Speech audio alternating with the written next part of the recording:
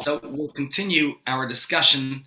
We were talking here about the Hasidic movement and its teachings, and let's go with a particular teaching here from the previous Rebbe. He said the Alter Rebbe was taught by the Tzaddik Rabbi Mordechai, who heard it from the Baal Shem Tov.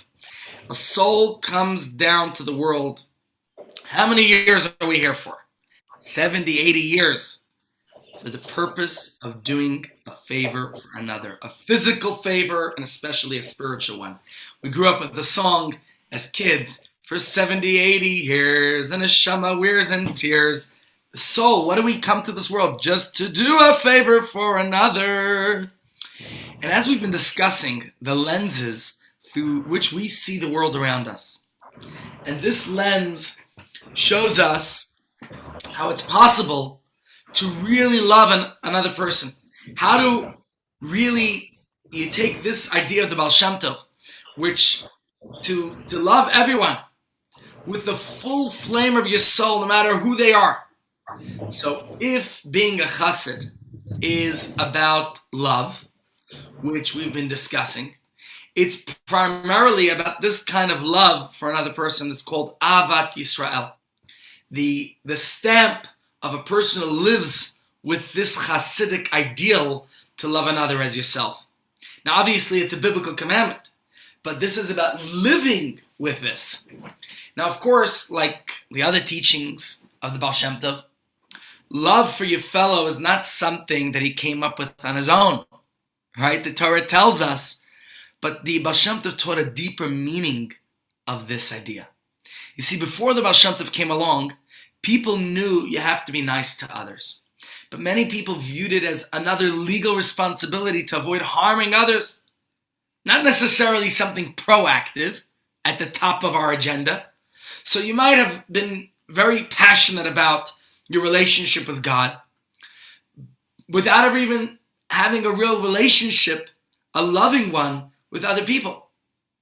The Baal Shem Tov taught us that the mitzvah of Avas Yisrael is about a real, sincere, genuine, deep connection between each other. And this connection is not some nice feature of Judaism, but it's the most important pathway to God.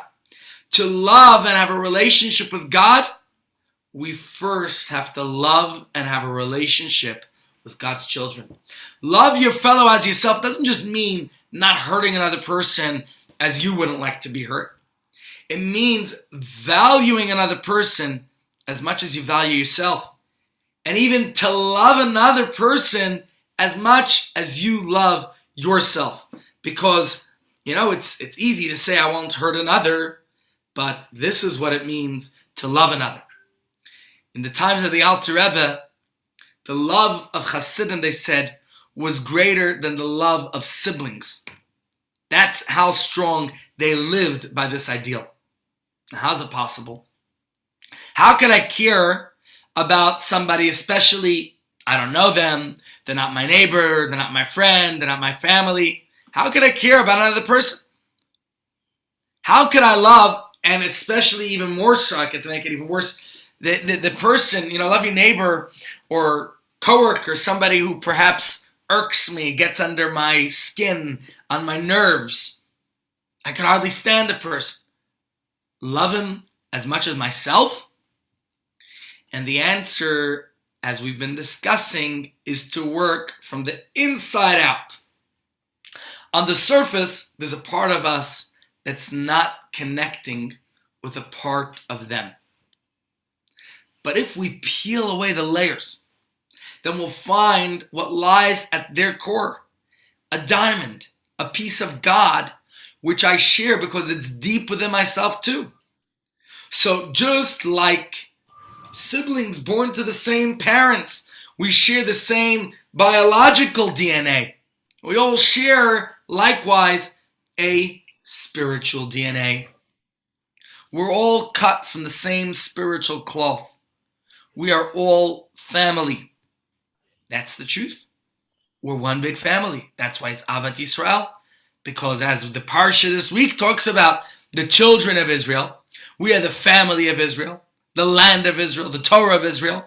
We have the same thread coming across that unites us all as one. And once we could appreciate that, then we could work from the inside out to redefine those around us.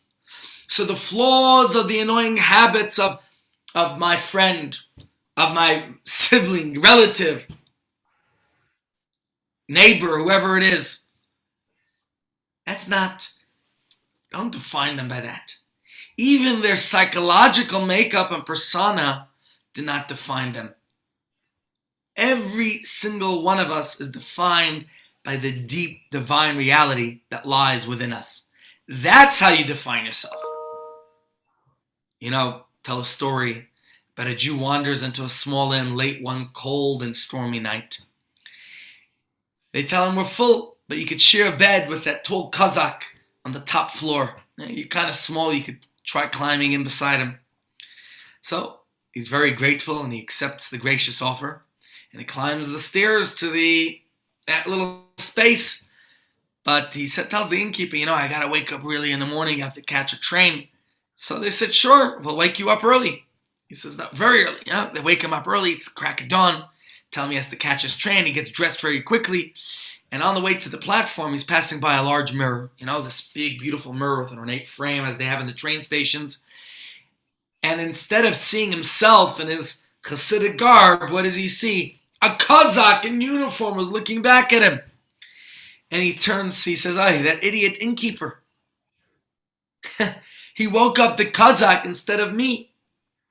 And of course, there's a lesson to this. That just because you're wearing Kazakh clothing doesn't mean that you're a Kazakh, right? And likewise, we have to know and understand that just because sometimes we behave in certain ways, that's not what defines us. That's not what defines us.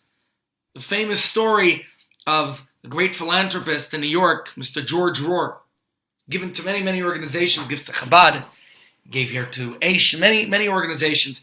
So he is a member of a big shul in New York called KJ, Kilat Yeshurun. It's on the Upper East Side of Manhattan. And he once came to the Rebbe right after Rosh Hashanah, and he told the Rebbe very proudly, he says he would be pleased to know that we had 180 Jewish people for our Rosh Hashanah services, Jews with no background. And you could watch the video how the Rebbe's face became very serious. And the Rebbe says to him, the Rebbe asks, what? And he repeated himself, Mr. Rohr. He realized some things. The Rebbe doesn't seem happy, he doesn't understand. And the Rebbe then looked at him and said, every single Jew has a very royal background. You go back and tell them that they are children of Avram, Yitzchak, Yaakov, and Sarah, Rivka, Rachel, and Leah. You remind them of their illustrious background, where they come from. Nobody has no background. This is the idea of the Baal Shem Tov's revolutionary proclamation. He says, what do we come into this world for? Just to do a favor for another. Because we're all connected. We're all interconnected. We're all chelik elika. We all have that spark of God within ourselves.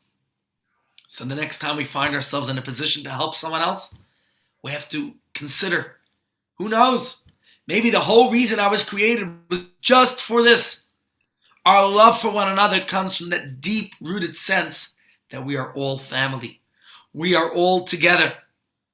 There's an old expression Hasidim used to say, the piece of bread that I have is yours just as it's mine. And the emphasis would be in yours first. Now, it certainly takes work to be on that level, that we're able to be so selfless, so loving and caring.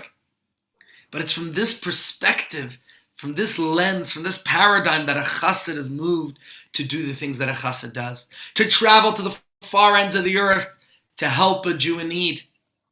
To do whatever it takes to realize we're all in this together. There's nothing that's out of the way.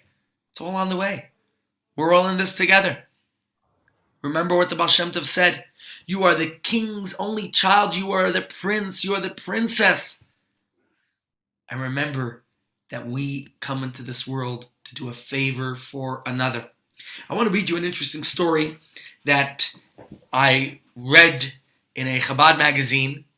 And It's a story about one of the directors of America's Linyanei Chinuch, the outreach arm of the Chabad Lubavitch movement. His name is Rabbi Moshe Kotlarsky. I saw him in New York the other week for the Shluchim conference. He's the one who chairs it, who speaks each year. This story happened some 38 years ago, 37 years ago. He says it was January 1984, and he received a phone call from one of the Rebbe's secretary. He worked for Lubavitch Old Headquarters. He worked for Chabad. And Rabbi Chadikov, who was the head of assistant secretary of the Rebbe, Rabbi Chadikov said to him, "Wash your hands," which he knew that if he tells him that, it means that the Rebbe was listening in on this conversation. He told him, the Rebbe wants you to travel immediately to the Caribbean island of Curacao. I'm not even sure how you pronounce that. It's a Caribbean island. Well, when a chassid receives such instructions from the Rebbe, you don't ask questions. You know you're on a mission. So he took with him a young yeshiva student by the name of Levi Krinsky, and they hopped onto a flight, the next flight that they could get to the Caribbean. When they arrived, they made their way to the shul in this island, and there they met a Yid, a Jewish person by the name of Chaim Groisman. And the rabbis introduced themselves, that they're their representatives of the Rebbe. They were sent to this island by the Rebbe. And Rabbi Kotlarsky, he's told the story over many times, describes how Chaim nearly fainted. Chaim's son, Eli, is the one who retells the story. He says when he grew up in that island, there were no Jewish schools on the island. There was a shul, no school, no Jewish schools there. So he went to the Protestant school. That was the next best option. And he said he had a very difficult time there because obviously as a Jew, he refused to participate in any of the religious services or classes that were part of the religious curriculum. He was there for a general education, but not for their religious education because that wasn't his religion. And unfortunately, it so happened, kids are kids, and they would pick fights with him. They would, pick on him. And he always felt that even the teachers of the school and the principal was never on his side. They always sided with the other kids. And it just wasn't easy. So by the time he reached grade 7, things deteriorated so badly to the point that he began skipping school altogether. Why go to school when your friends are picking on you? He says his father gave him a choice. Go to school like everyone else, or you have to come with him to the office every day. And, his father was a hardworking man, and he said it was an easy choice. He left school, started work. But then, warning letters started to come in the mail to his parents because the law requires that every child has to attend school. No exception could be made. It wasn't COVID in those days. And the family found themselves in a very difficult quandary. They were under a tremendous amount of stress, pressure from the government that kid has to be in school. On the other hand, why go to school where you're being picked on? There's anti-Semitism, discrimination. He says one night his father had a dream. And in the dream, he saw himself as a 3-year-old child sitting in the lap of his grandmother who said, Liuvu, means my love in Russian. If you find yourself in trouble, the Rebbe can help you. His father woke up. He wasn't sure how to find the Rebbe, so he decided to go to shul and, pour out his heart in prayer to God. And it was on his way out of the shul that he bumped into these 2 rabbis sent by the Rebbe. And that's why Chaim nearly fainted. So Chaim said to Rabbi Kotlarsky that, this was the situation. And he invited them to bring their son, it was 1984, to New York to go to the Chabad camp, Gan Yisrael. And later, Eli was enrolled in yeshiva. And he went along, and he loved it there. So the situation was solved. He says, shortly after the story, his father sent a letter to Rabbi Kotlarsky with a request. He said, I would like to express my deep appreciation to the Rebbe, but my English is lacking, And I don't know how to phrase it properly, but please tell the Rebbe that a small Jew in the Caribbean island feels very grateful and is touched that the Rebbe cared for him. Well, my friends, it wasn't long before he received a reply from the Rebbe. And let me read to you the Rebbe's reply. The Rebbe writes a whole lot of things, but here's one line. I must, however, take exception to you referring to yourself as a small Jew from the Caribbean. There's surely no need to emphasize to you at length that every single Jew, man, woman, and child, we all have a nefesh elokis, a godly spark, which is a part of Hashem above, as explained in Tanya. So, there's no such thing as a small Jew, and a Jew must never underestimate his or her tremendous potential. Now read this little line from the Rebbe's letter. Here, on the one hand, the Rebbe's worrying about a family far away in a Caribbean island in their time of need, because every single one of us is a diamond of God. And as the Rebbe writes to them, there is no such thing as a small Jew. And remember that, ladies and gents, each of us, our background, where we come from. So we've learned what Hasidism is, right? We've discussed this.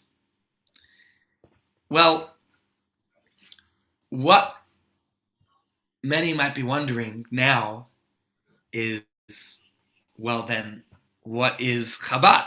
Right? What is the place of Chabad in the Hasidic movement? Because there are many Hasidic movements out there. So the story of Chabad, we discussed, in fact, yesterday was the Rosh Hashanah of Chabad, of Hasidus, because yes, the Baal Shem Tov was the founder of the Hasidic movement, but he had many followers, disciples, Hasidim, and the Alter Rebbe, who founded the Chabad movement, was a student of the Baal Shem Tov successor, the Maggid of Mezrich. And he founded a particular specific way within the teachings of the Baal Shem Tov that he taught. Interestingly, the Baal Shem Tov was a traveler, as we discussed. He used to go and visit cities and towns and villages all over the place, whereas the Mezricher Maggid, who was his successor, he actually pretty much stayed local in his town of Mezrich. That's where he would spend his time, and the people would come to visit him. But he did something interesting, which was he basically he established that his followers, they would all become great teachers. And probably, as, who was the one who put it this way? Lord Chief Rabbi Jonathan Sachs, alav hashalom, he said, many leaders have lots of followers, but the greatest of leaders, in which he enumerated the Rebbe specifically, create leaders. Didn't the Rebbe do just that, sending his shluchim all over the world? And that's what the Maggid of Mezrich did before he turned his followers into leaders. Even though he didn't travel like his teacher, but sending his students, especially after he passed away, and it was his yahrzeit on Yud Tes Kislev this week, that's when it passed on to, instead of one particular successor, all the different students got different terrains, different areas, and each created the Hasidic center in their place across Europe, each in their own unique style. So there were many great Hasidic movements that came from there. Rabbi Shneir Zalman, the Alter Rebbe, he established his center in White Russia, and he had his unique style, his unique way of teaching. Now, whereas the Baal Shem Tov and the Maggid and most of the disciples, they espoused their deep ideas in very brief, powerful thoughts and in moving parables and stories. The Alter Rebbe, if you study his teachings, he really aimed to take the Kabbalistic kernel of all of these ideas and to develop them intellectually. The point was that the teaching shouldn't just remain something that's abstract in the realm of inspiration, but rather to become firmly grounded within a person. So we discussed the teachings of Kabbalah and the difference between how Kabbalah had these deep mystical ideas and made them relevant if you look at life through the lens of Kabbalah, through Hasidus. You're able to identify with and to articulate the inner dimension that's key to our success in living by the very message that the Hasidus teaches, that the relationship we have, we put it into real das, into implementing it, to making it a real way of life. But let me share with you now, that's the letter. Okay, let me share with you now a very interesting point from the Shalah. Happens to be my wife's great-grandfather. He says, in addition to the natural faith in God that one inherits by tradition from their parents, one must also get to know God personally on an intellectual level. And when this intellectual awareness is lacking, and when it's only tradition, it remains abstract and out of reach, hidden in the heart. Very powerful thought. The Hasidus of the Baal Shem Tov and the Maggid of Mezrich were built on kernels of deep mystical ideas, but they spoke in inspirational terms. They spoke straight to the heart, not so much to the mind necessarily. Remember, the Baal Shem Tov wanted this to be accessible to everyone, even the illiterate, the unlearned, the uninitiated, who had neither the time nor the intellectual capacity for deep mystical thought. For them, Hasidus was delivered emotionally, awakening the passion for Judaism in their hearts, which was very important. But the Alter Rebbe didn't want to leave it at that. To teach Hasidus and to teach Hasidim how to develop these ideas intellectually as well. So he took the ideas of the Baal Shem Tov, of his predecessors, of the Maggid of Mezrich as well, and he developed them even further. He developed it very intellectually for two reasons. First of all, inspired ideas without proactive intellectual involvement, it leaves part of the person out of the experience. It's important to have the emotion, the feeling, the heart, but the mind. Yes, the heart is awakened, but to a degree, where's the mind? You need the heart and the mind to be in sync, synthesized with each other. So the ideas, if that's not the case, they're not fully assimilated into the totality of our reality. Emotions born of inspiration, but not firmly anchored to their underlying philosophy, they tend to be somewhat transient. When you feel them,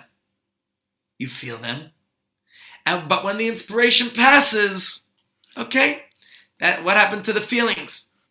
It goes with it.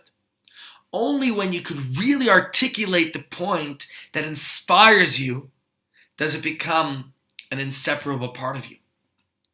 So to solve these problems, to ensure that these teachings were not just an emotional feeling of the heart, even though that's what his predecessors did, they spoke to the heart.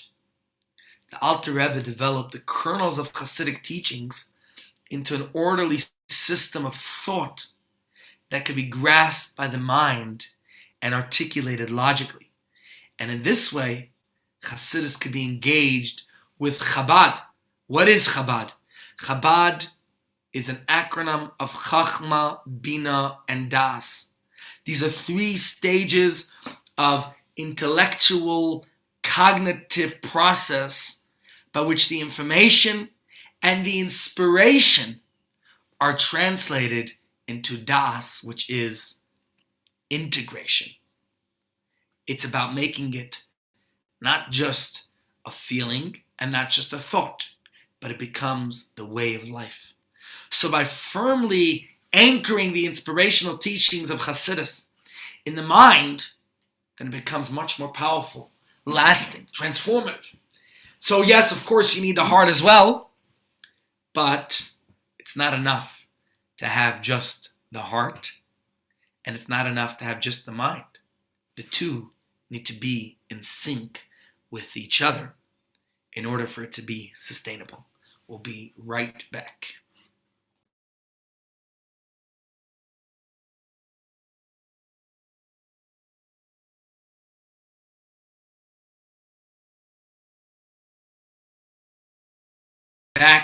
So we talked before about the important day or days this week of Yud Tes and Chav Kislev, which are days of renewing our commitment to the study of Chassidus. You see, when we learn Chassidus, I don't think it's about discovering any new information. We simply experience a series of aha moments as a reality within us begins to resonate. When you're studying the same exact Torah, but there's a different perspective. We become aware of a harmonic voice that was always there, but which we weren't always able to hear. It's whatever you're learning, but just a different perspective. And this harmony is the common denominator that is shared by all the various Hasidic customs that we observe and the ideals to which a serious Chassid aspires towards. Why does a Chassid try to observe all the mitzvahs in the most beautiful and careful way? Because you want to really live by your inner calling. A mitzvah is not just some arbitrary deed or act that we do. You want to make it something that's most beautiful to you. You want it to be something you feel passionate about. So will you spend more time in prayer? Why? Just pray. Because prayer is an opportunity to recalibrate the world around us with the world within. When you pray, it's not that we changed God's mind about whatever personal matter we're praying about. We change ourselves. So why does a chassid have to do anything to help somebody else? Is it my problem? But that's exactly what we're saying, because on a soul level, guess what? There is nobody else. We're all one. So I help another just like I help myself. Why does a chassid follow the lead of a rebbe? People have all types of things to say about that. Because a rebbe is a tzaddik, a pious, righteous person who always helps us to see the world around us with the right lenses. So, you tell me, why is a chassid full of joy? Why is a chassid full of joy? Full of energy, positivity. It's not that we're naive and don't see the reality. No such thing. Of course we see the reality, but we also want to see the potential of the reality. There's a very famous Arab proverb that says that life is Yom Masal, Yom Basal. A day of honey today, a day of onions tomorrow. The chassid knows this to be, a great day is a day of honey, but guess what? A bad day is not a day of trash. I think the Arab expression got it right. It's a day of onions. If only we could see through the layers, find the inside story, see the whole picture. That's the way you do it. So, I want to go back to the rabbinic conference of 1843, where the Tzemach Tzedek was asked, what is Chassidus? And you know what he replied? He said, water is pure and clean, but it sometimes becomes dirty. But even when it's cloudy and unfit to use, you look at the water and say, it's still water. It still remains pure. It's only the dust that makes it dirty. What's the solution? what do you do if the water is not fit for consumption? You boil it.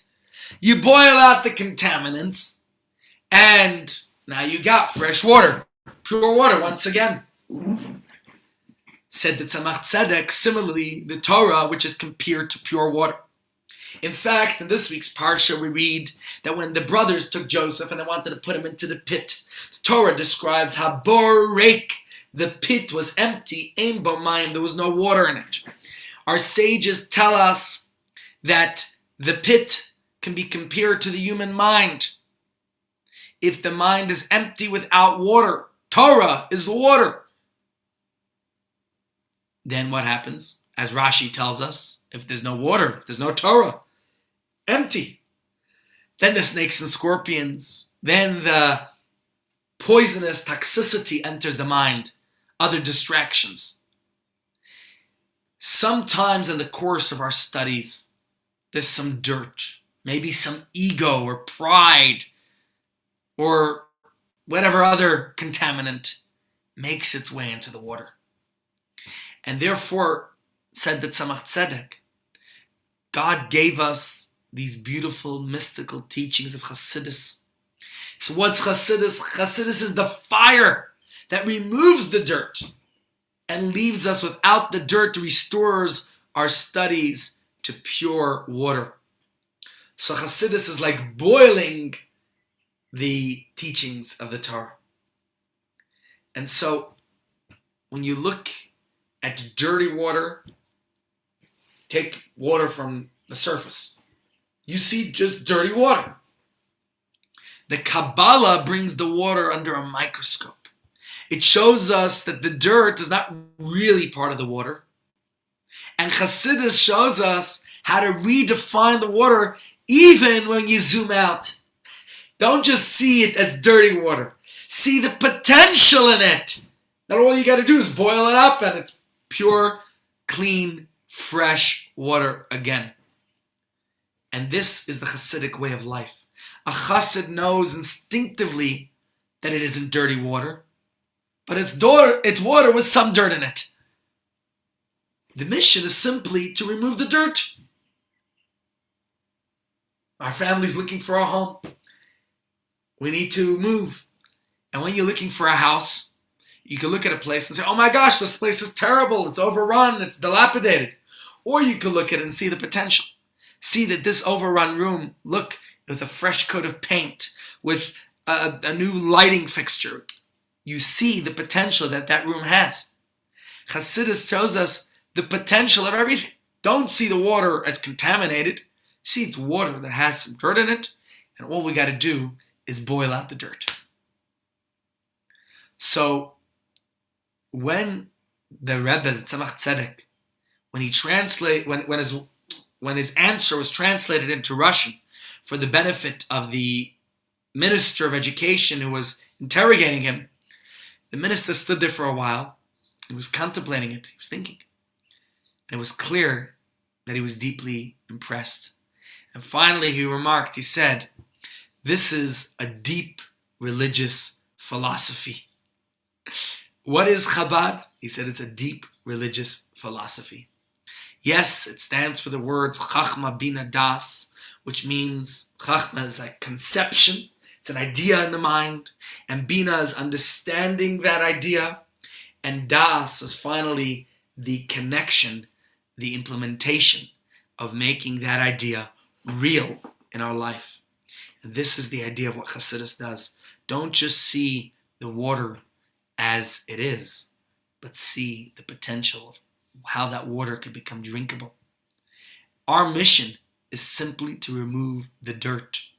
That's our mission. And if we could do that, if we're able to find the potential, see the potential in everything, then we realize the philosophy, the teachings, the insights of Chassidus are working on us. It's about using this philosophy to redefine our physical reality. So practically, it's philosophy is maybe the world of a mystic, But when philosophy meets practicality, that's where you're experiencing Hasidus the way it's meant to be. That's the Hasidic way. And that's the idea that Hasidus was trying to portray. Any particular thoughts, any questions anyone has? Come on, guys. Why is everyone so quiet today?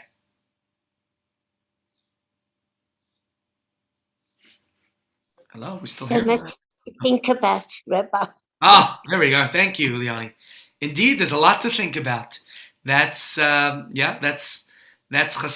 It's about thinking and about implementing, taking the thoughts and making them part of our reality.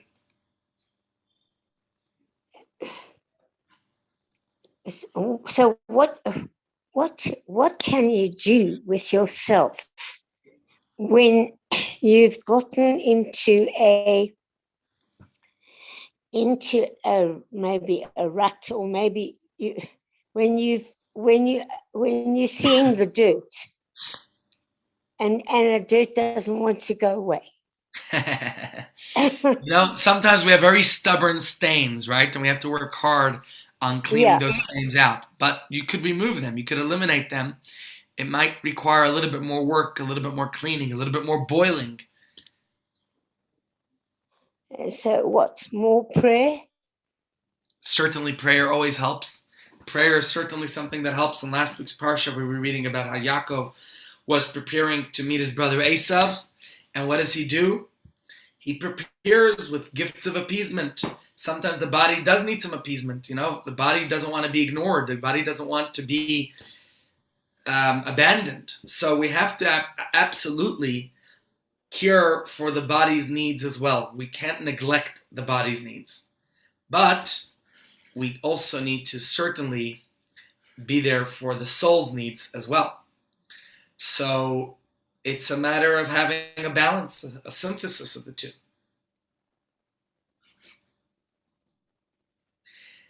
But there's also the battle. The battle is where we say we're not going to let it overcome us. The battle is where we say who's in charge. And that's very important. Yeah, thank you. No worries. Any other questions for anyone? Okay. If there's no questions, I'm going to go here now because we have a lot going on in the office today. I have a request. Even if we're battling, Yeah. we know who's in charge, not us. Yeah, but I'm talking about between our evil inclination and our good inclination. So we should be not just cognizant, but we have to know who takes control. That's why a basic concept in this philosophy is the mind to control the heart, the emotions, the instincts, not the other way around. Right. Yes, heart and mind are very important. It's very important that we have the emotion, the feelings. But it's the mind that should be controlling those feelings.